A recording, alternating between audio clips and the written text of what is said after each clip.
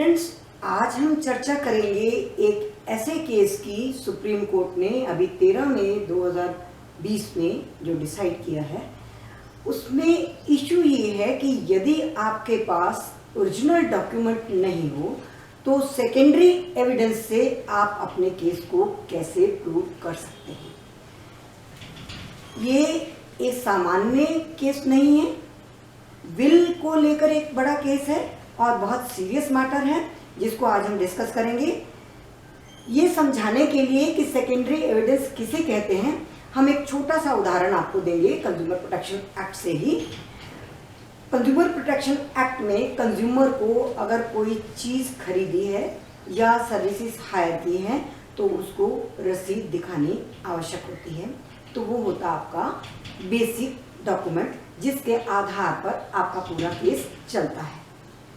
कभी कभी आपके पास रसीद नहीं होती और आज तक हमारे देश में रसीद देना कंपलसरी नहीं है। बहुत सारे रीजंस हैं, बहुत सारी चीज़ें हैं कि किस किस मैटर में रसीद देनी पड़ेगी, कौन टैक्सेशन के अंडर आता है, सेल टैक्स में आता है, कौन नहीं आता, किसको अपना नंबर लेना है, ये सारी चीज़ें आपके अलग बातें हैं। हम केवल इतनी बात करेंगे कि यदि रसीद नहीं होती तो क्या होता है। उदाहरण के लिए मान लीजिए आपने फर्नीचर खरीदा, फर्नीचर के लिए ऑर्डर किया, फर्नीचर आपको टाइम पर नहीं मिला या आपको डिफेक्टिव मिला किंतु आपके पास रसीद नहीं है।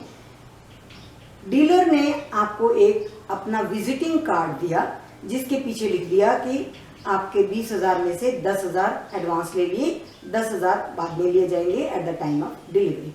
वो विजिटिंग कार्ड आपके पास है और आप कोर्ट में उस विजिटिंग कार्ड के आधार पर आकर ये कहते हैं कि यही मेरा एक्चुअल डॉक्यूमेंट है, दूसरा डॉक्यूमेंट है ही नहीं, आप इसको एविडेंस की तरह से ले लीजिए।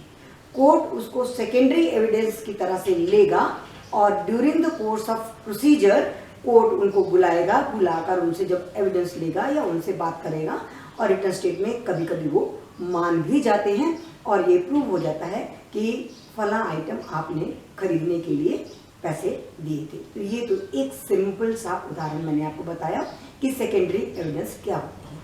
किंतु यहाँ पर सुप्रीम कोर्ट के पास जो केस आया था वो बड़ा कॉम्प्लिकेटेड मैटर था और विशेष रूप से हम ये कहेंगे विल का मैटर था जिसमें प्रॉपर्टी इन्वॉल्व होती है और उसमें बहुत बड़ा स्टेक होता है।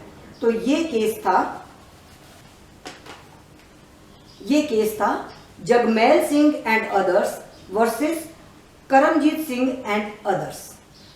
इस केस में मैटर क्या था, मैटर पहले डिस्ट्रिक्ट कोर्ट में गया, डिस्ट्रिक्ट कोर्ट में पूरी सुनवाई हुई, सुनवाई में पूरे फैक्ट सर्कमस्टांसेस सारा कुछ डिटेल में आया।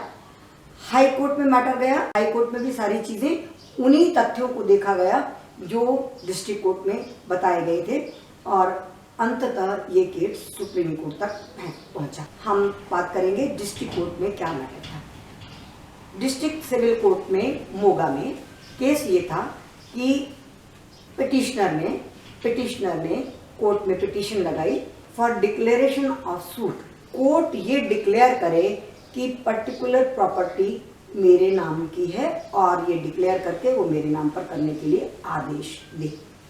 अब इस सूट में पिटिशनर का कहना था उसके नाम पर एक विल की गई थी, बाबूलाल ने नाम के व्यक्ति ने विल की थी और विल के आधार पर इस पर्टिकुलर प्रॉपर्टी का आधा हिस्सा उसको दिया गया था जिसके लिए उसने विल रेवेन्यू डिपार्टमेंट को दी थी कि उसके लिए म्यूटेशन कर दिया जाए, पर म्यूटेशन कभी भी नहीं हुआ। उसके बाद फैक्ट्स ये कहते हैं कि उसके बाद बाबूलाल के दूसरे हेयर्स ने फ्रॉडुलेंटली फोर्ज करके एक विल बनाई और इस विल को रजिस्टर भी करवा लिया और प्रॉपर्टी को अपने नाम करवा लिया। पिटिशनर का ये कहना था कि इस प्रॉपर्टी का आधा हिस्सा मेरे नाम होना चाहिए बिकॉज ऑफ दैट विल, पर पिटिशनर के पास विल नहीं है क्योंकि विल ऑलरेडी रेवेन्यू डिपार्टमेंट में डिपॉजिट कर दी गई थी। चूंकि उसके पास विल नहीं है तो फोटोकॉपी जो उसके पास कॉपी है उसको कोर्ट में प्रोड्यूस किया गया और ये कहा गया कि विल की ये कॉपी है, इसके आधार पर सूट फॉर डिक्लेरेशन के लिए ऑर्डर किया जाए। अब कोर्ट के सामने प्रश्न था कि जब ओरिजिनल विल ही नहीं है जिसके आधार पर सुपर डिक्लेरेशन का ऑर्डर हो सके, तो हाई कोर्ट ने भी उसको रिजेक्ट कर दिया। अब मैटर सुप्रीम कोर्ट में आया। सुप्रीम कोर्ट के सामने सारी बातों की चर्चा हुई और पहली बात, जो सेकेंडरी एविडेंस कब कब किन किन सिचुएशंस में एक्सेप्ट की जाती है वो सब देखने की बात थी। सेकेंडरी एविडेंस तब लाई जा सकती है जब ओरिजिनल डॉक्यूमेंट उसके पास ना हो और ओरिजिनल डॉक्यूमेंट उस व्यक्ति के पास हो जिसके अगेंस्ट ये पिटिशन डाली गई हो। यहाँ पर बाबूलाल ने विल की और जिन लोगों ने फोर्ज करके दूसरी विल बनाकर अपने नाम पर प्रॉपर्टी करवा ली, अब वो डॉक्यूमेंट यदि उनके पास है तो वो कैसे मिलेगा? वो कोर्ट के प्रोसीजर से ही मिलेगा, कोर्ट ही ऑब्टेन कर सकता है। या फिर विल है ही नहीं, विल कहीं डिस्ट्रॉय हो गई है, खो गई है, ऐसी सारी सिचुएशंस में सेकेंडरी एविडेंस मानी जा सकती है, प्रोवाइडेड आप सारे उन फैक्ट्स को एस्टैब्लिश कर सको जिसके आधार पर कोर्ट कन्विंस हो कि उस ओरिजिनल डॉक्यूमेंट का आपके पास ना होने में आपका कोई दोष नहीं है और आपने पूरी एफर्ट्स कर ली हैं उसको ऑब्टेन करने की और वो आपको नहीं मिली। अब यहाँ पर देखा गया कि ऑब्टेन करने के लिए क्या कोशिश की गई, रेवेन्यू डिपार्टमेंट के चक्कर भी लगाए गए, उन्होंने उसको वो विल नहीं दी।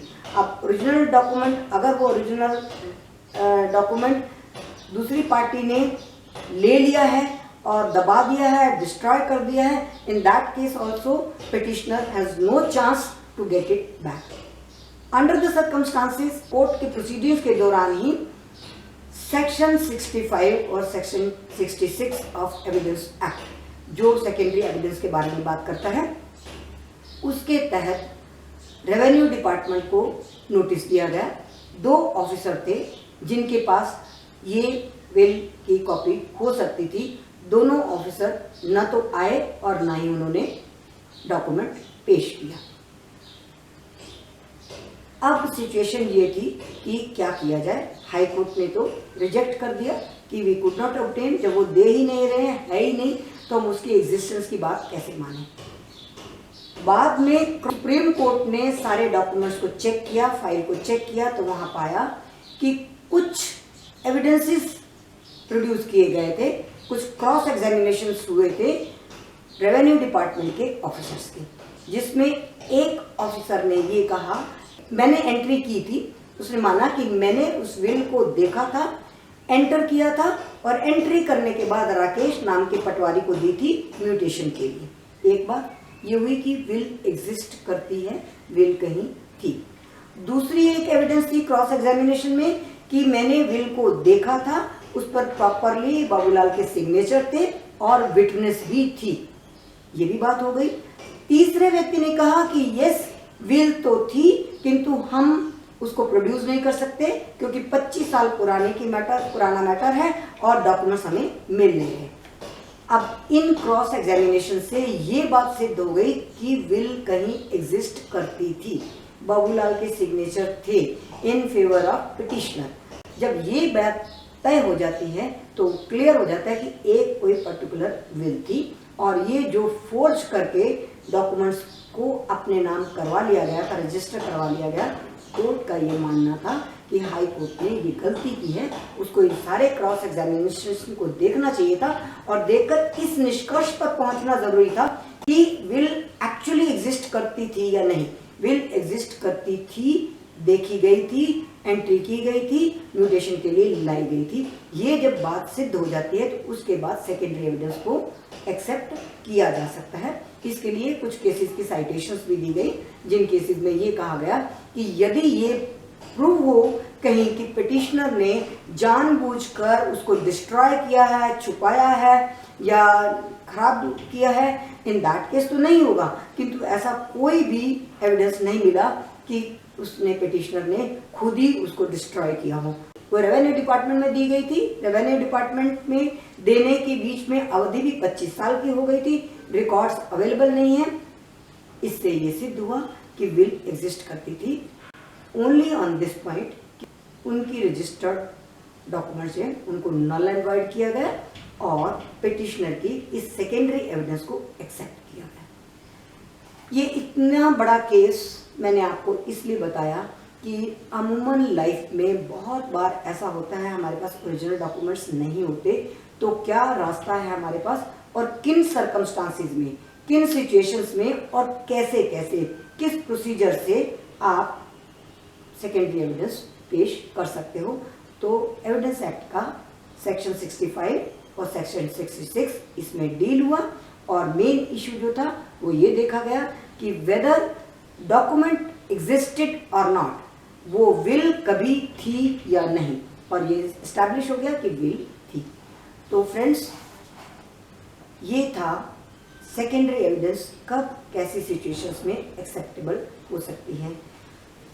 फिर हम मिलेंगे इसी तरह के एक नए इशू के साथ। इसके लिए हम अलग से लॉ बताने के लिए स्लाइड प्ले भी बनाएंगे और आपको ये साइटेशंस भी आपके रेडी रेफरेंस के लिए बनाकर एक और वीडियो अपलोड करेंगे, ताकि यदि आपको सुनने से सारी बातें पकड़ में नहीं आती तो लिखे हुए को और साइटेशन के साथ जो लॉ आपको स्लाइड शो में दिया जाएगा वो आपके कभी भी काम आ सकता है। Thank you very much friends, बने रहिए हमारे साथ, हमारे चैनल को सब्सक्राइब कर लीजिए और हमारे वीडियोस को अधिक से अधिक शेयर करिए, पसंद हो तो लाइक करिए। हम फिर मिलेंगे एक नए इशू के साथ। साथ ही मैं आपको एक और सूचना देना चाहती हूँ, हमने एक और चैनल बनाया है, सृजन है उसका नाम। ये चैनल लॉ से हटकर केवल अलग आर्ट एंड लिटरेचर और मन की बात से जुड़ा हुआ है, आप उसको भी सब्सक्राइब कर लीजिए।